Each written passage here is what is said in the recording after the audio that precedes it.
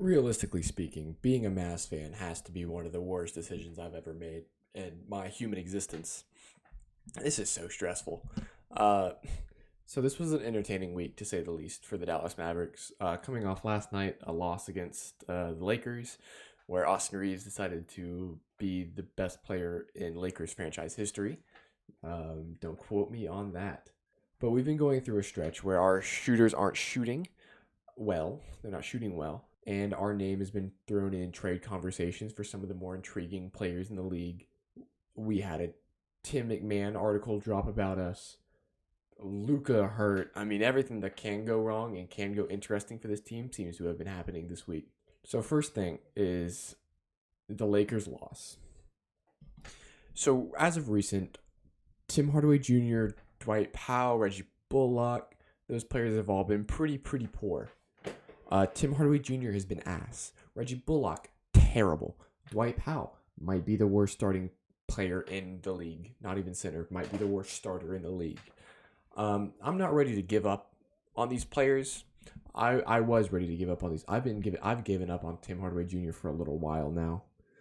Dorian Finney-Smith has been playing great, but he's at least been serviceable because he can play defense, and Reggie Bullock can too. But not to the degree that Dorian Finney-Smith has.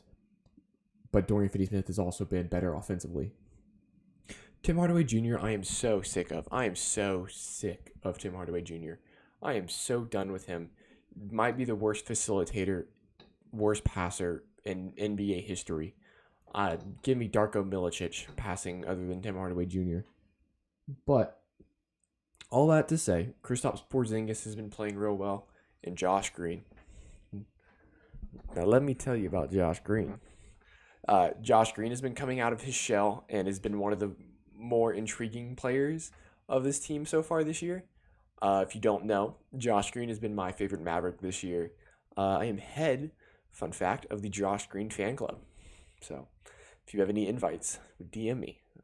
It's a hard one to get in.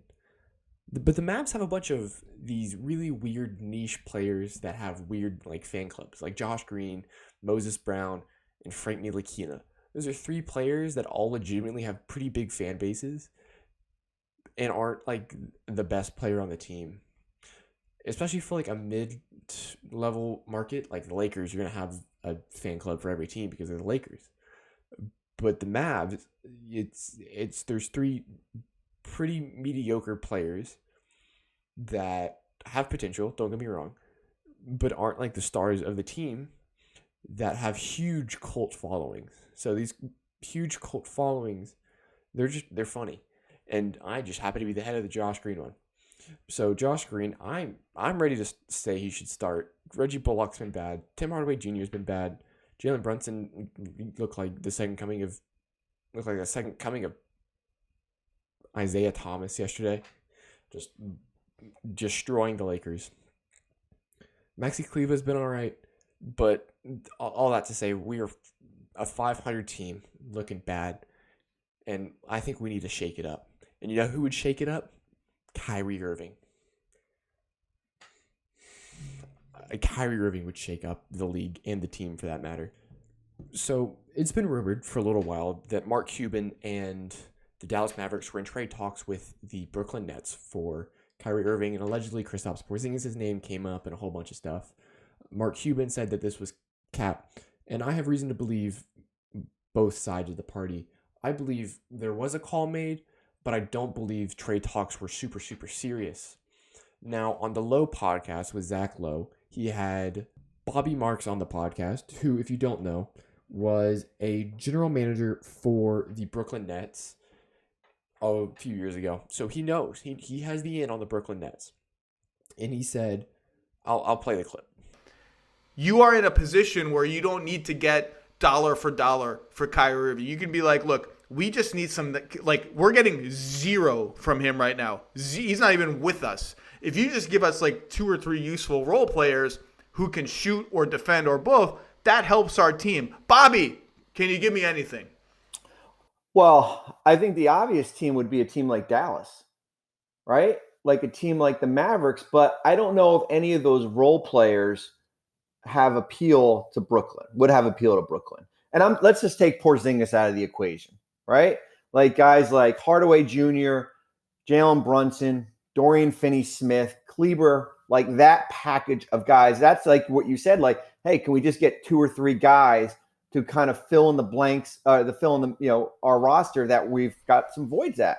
But So every one of those guys you just named would look awesome in Brooklyn. Like, Yeah. like I don't know why the Nets would turn their nose up at those guys. I know, and I think the only way that Brooklyn... Now, this package for a Kyrie Irving, not giving up Kristaps Porzingis, giving up the entire rest of your team, it seems like, would, shake it up.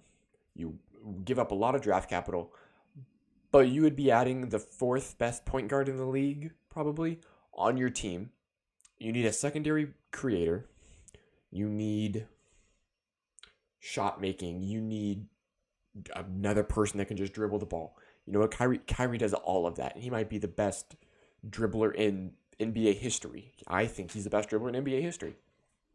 And when all you're giving up is a bunch of players that suck right now, and then like Jalen Brunson and Maxi Kleber, and then draft capital, but the Mavs can't draft anyway, so what's the point?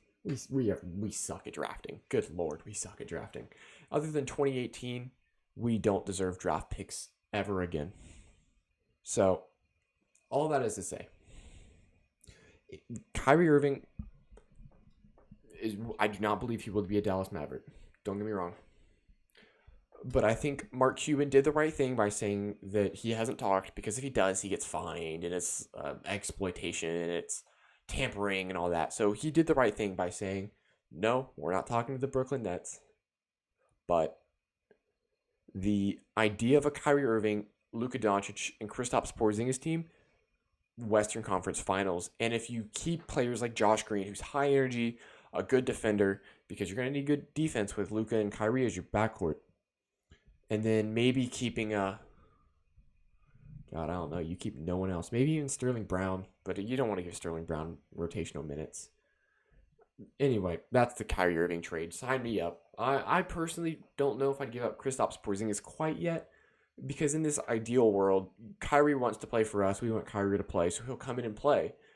But we don't know his health. We don't know what the vaccine status is going to do for the league and how the league's going to react to him not being vaccinated, even though he said he would get one if it was vegan. Anyway, I wouldn't give up KP because KP has been playing so well this year. Kyrie Irving is on an expiring contract, and it just we all know how Kyrie Irving is in locker rooms, and that's a little concerning for me to give up someone like Kristaps Porzingis and how he's been playing this year. Now, if it was last year, send him out the window. Give me Kyrie every day. But this year, hold on. I wait a second. Now, the second team that's been throwing their name in the ring for the Mavs the Mavs have been throwing their name in the ring for, is the Miles Turner trade. Miles Turner, Domantas Sabonis, Caris LeVert, who have you. All 3 of those players would be amazing players. Domantas Sabonis would instantly come and boost up the offense, and the offense has been struggling. KP this year has been looked so much better defending the post, so he could kind of hide Domantas Sabonis in that matter. But the ideal world is getting Miles Turner. Miles Turner has said he's unhappy. Go figure. And everything that Miles Turner brings to the court is what the Mavs need. Rebounding, shot blocking, and outside perimeter shooting to space out the floor. All 3 of those work, and they work perfectly in this system. Miles Turner would instantly come in and be the best center since Tyson Chandler. Maybe you could have an argument that he's better than Tyson Chandler for what the Mavs need right now. He would instantly come in and just push this team to a different level. And depending on what you're giving up, I wouldn't give up Jalen Brunson in this trade. I would kind of lean more towards giving them like draft capital. Maybe Frank Ntilikina if they like Frank Ntilikina. I don't know if they would. Give them Tim Hardaway Jr. because he's the worst player ever. I swear to God. I'm over Tim. Reggie Bullock if they like Reggie. Even like a Maxi Kleber. Give them Dwight Powell. You seen Dwight Powell? Everyone in the NBA media loves Dwight Powell. And it's crazy to me. But yeah, give them whatever they want that isn't KP, Luka, or Jalen Brunson for Miles Turner. Now, everyone but Luka, I can say you can trade, but not in that trade. And then finally, Tim McMahon released an article yesterday at the time that I'm recording this, where he basically talked about Rick Carlisle's tenure with the Dallas Mavericks and how it came to an end.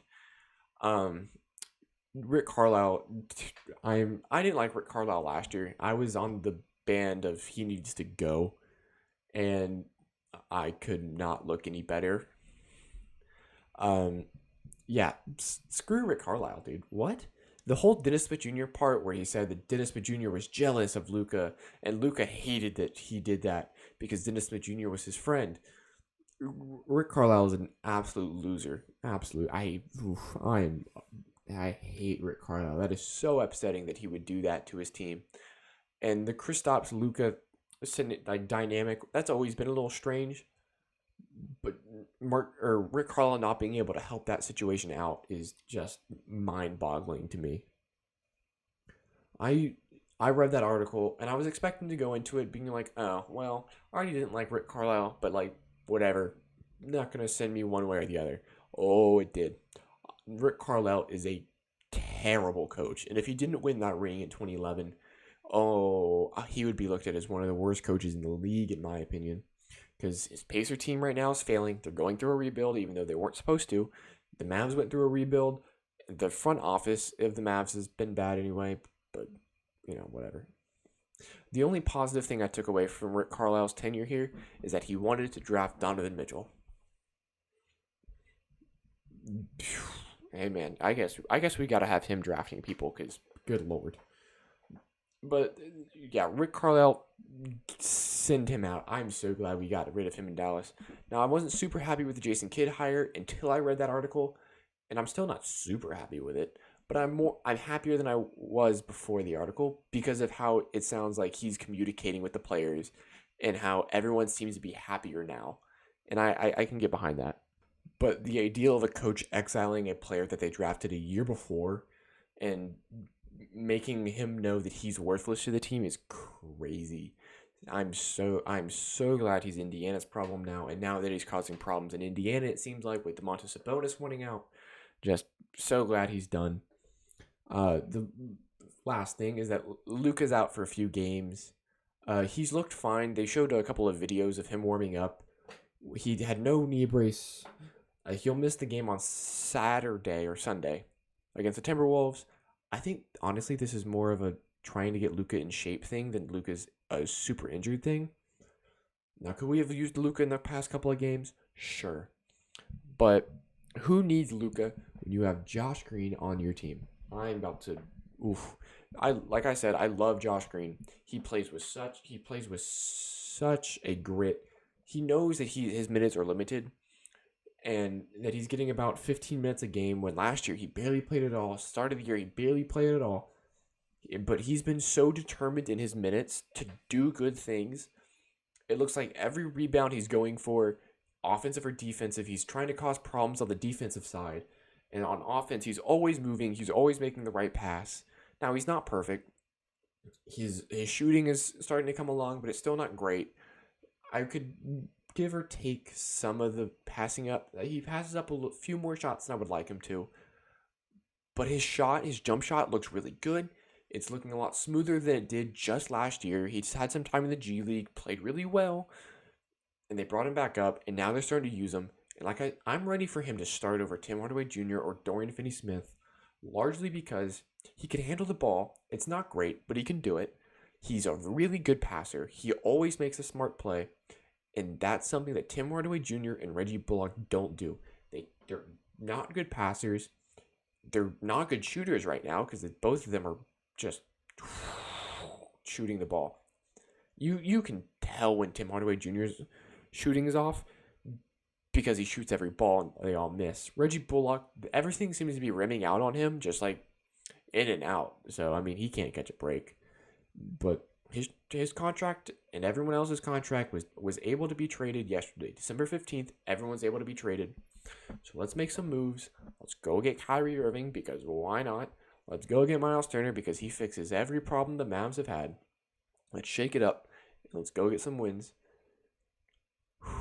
God, being a Mavs fan is just the worst, isn't it? See ya.